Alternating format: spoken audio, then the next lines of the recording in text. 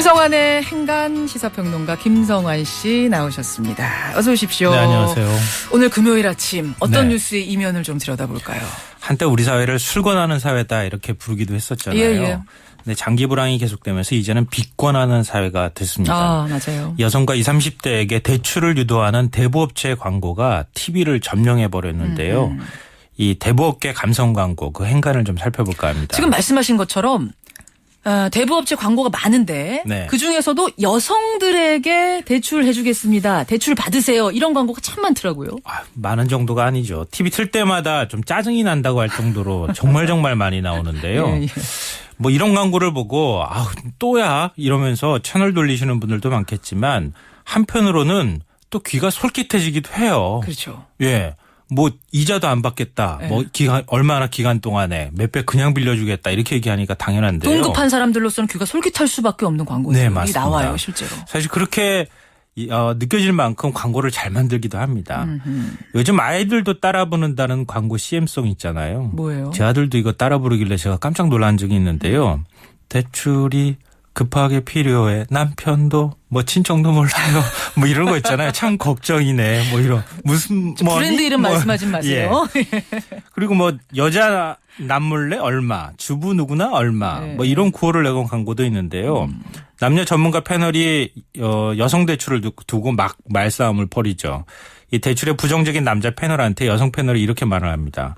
잠깐 쓰고 갚을 건데 왜 갑자기 쓸 일이 있으면 주부니까 또 살림하니까 돈이 필요하지. 막 이렇게 뭐 얘기하죠. 예. 뭐 말로만 여자 위한 대출이라고 하지 말라. 우리가 진짜로 여자 위한 대출이다. 뭐 이렇게 그래서 얘기하는. 그런 또 업체 광고도. 네네. 광고도 있습니다. 쇼핑은 하고 싶고 뭔가 살림살이 살아야 될 건 많고 근데 돈은 부족하고 이런 여성들을 유혹하려는 전략인가 싶기도 해요. 네. 그럴 수도 있을 겁니다. 한 여성분. 제 와이프가 저한테 이런 얘기를 해주기도 하던데요. 뭐라고? 똑같은 말을 하더라고요, 사실은. 네. 이 대출 광고가 명품을 사고 싶은 여성들의 어떤 심리를 꿰뚫고 있다. 뭐 이렇게 얘기를 하던데요. 굳이 뭐 명품이 아니더라도 정말 사고 싶은 물건이 생겼어요. 예. 근데 비자금을 만들었으면 또 몰라도 돈이 또 없잖아요. 없는 경우가 많으니까 남편도 몰래, 친정도 몰래 몇백 대출 받아서 물건을 구입한 뒤에 몰래 갚으면 깜짝같지 않겠느냐. 뭐 이런 이제 심리를 꿰뚫는 건데요. 실제로 또 뭐 그런 여성이 많다는 얘기도 어디 주변에서 듣기도 했었습니다. 그래요. 그런데 그거는 하나는 알고 둘은 모르는 소리입니다. 그러니까 쇼핑하고 싶은 여성의 심리를 자극하기 위해서 감성 광고가 쏟아지는 거다. 이거는 하나만 알고 둘은 모르는 소리다? 더 중요한 이유가 있습니다. 왜 대출업계에서, 왜 대부업계에서 여성을 공략하냐. 다른 이유는 뭡니까? 쉽게 말해서 빌려준 돈을 떼일 염려가 별로 없기 때문입니다. 그게 무슨 말씀이세요? 남성들은 돈을 잘 안 갚는다 그래요. 근데 여성들은 돈 돌려받을 걱정이 별로 없다 그럽니다.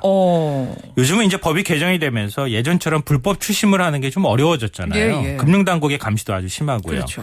그러면서 이제 대부업계가 눈을 돌린 게 바로 여성들인데요. 여성들은 남성에 비해서 연체율이 절반 이하로 뚝 떨어진다고 합니다. 이 왜 그러냐? 광고 문구에 힌트가 있습니다. 뭔데요? 아까 제가 남편도 친정도 몰라요. 뭐 이렇게 했다고 했잖아요. 예. 이 가사대로 여성들은 대출 받을 때 상당히 조심스러워한다고 합니다. 남편이나 친정이 알까봐? 네. 몰래 대출 받는 게 굉장히 중요하다? 예. 그래서 대출 상담사가 전부 여성이라고 홍보하는 곳들도 있습니다. 여성들이 상담하면 여자의 심리를 잘 안다고 했어요. 그런데 돈을 갚아야 될 때가 됐다.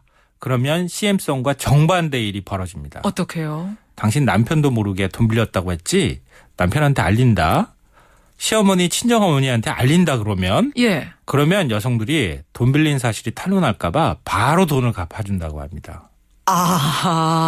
그러니까 남성들보다 훨씬 약한 구석. 네. 어떻게 보면 마음 약한 걸 수도 있고요.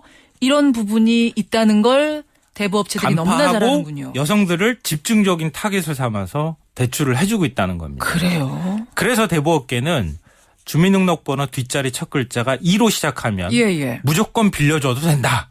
뭐 이런 얘기가 돌 정도라고 합니다. 그건 생각 못했어요. 왜 이렇게 여성 광고가 많이 쏟아지는가. 그런 꼼수가 숨어 있었네요. 네, 맞습니다. 그런데 사실은 더 심각한 문제가 있는데요.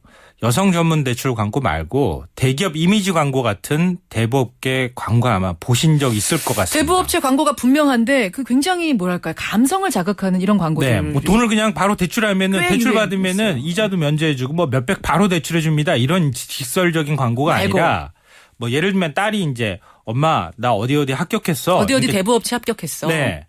엄마가 근데 거기 좀 그렇지 않니? 이자가 높다고 사람들이 얘기하던데 뭐 이렇게 얘기하면 생각보다 여기 괜찮아. 우리 회사가 난 딱이야. 뭐 이렇게 얘기한다거나 네. 뭐 대부업체에서 대출받았다 이렇게 얘기를 하니까 은행이랑 카드 놔두고 거기 이자 비싸지 않냐? 뭐 이렇게 얘기를 하면 예. 버스랑 지하철만 탈 수 있니? 바쁠 때는 택시도 타야지. 굉장히 많은 복선을 깔고 있는 거잖아요. 이런 스토리텔링을 하는 광고예요. 네, 그러니까. 맞습니다.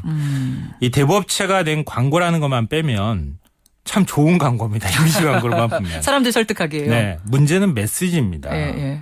불법 사채를 써야 할 처지에 놓인 사람한테는 고금리 대출이 뭐 불법 사채로 가지 않는 어떤 중간다리 역할도 할 수 있고 임시 방편 역할도 될 수가 있거든요. 그렇죠.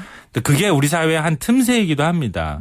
근데 그 부분을 노리는 것은 뭐 어느 정도 이해가 될 수 있고 법적인 테두리 내에 있다고 볼 수는 있지만 하지만 그렇다고 원금의 30%가 넘는 살인적인 금리를 내야 하는 그 빚을 내라고 권장할 수는 없는 거잖아요. 그렇죠. 그게 당연하다고 얘기하면은 그건 뭔가 비정상적인 사회겠죠. 예. 그런데요.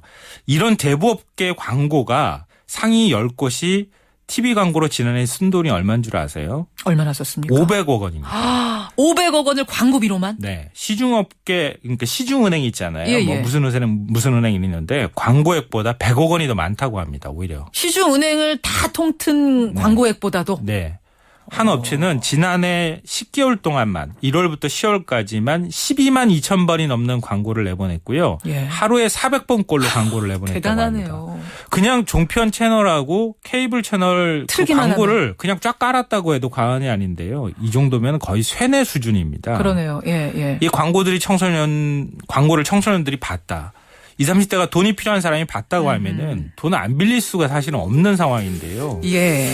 10년 뒤에는 고금리 대출이 정말 택시 타는 것처럼 되지 않을까 봐 정말 걱정입니다. 그래서 대부업 광고 이거 규제 있어야 되는 거 아니냐 네. 얘기들은 있는데 아직 뾰족한 게 없네요. 맞습니다. 김성환 씨 수고하셨습니다. 네, 고맙습니다. 행간이었습니다. 잠시 후에 뵙죠.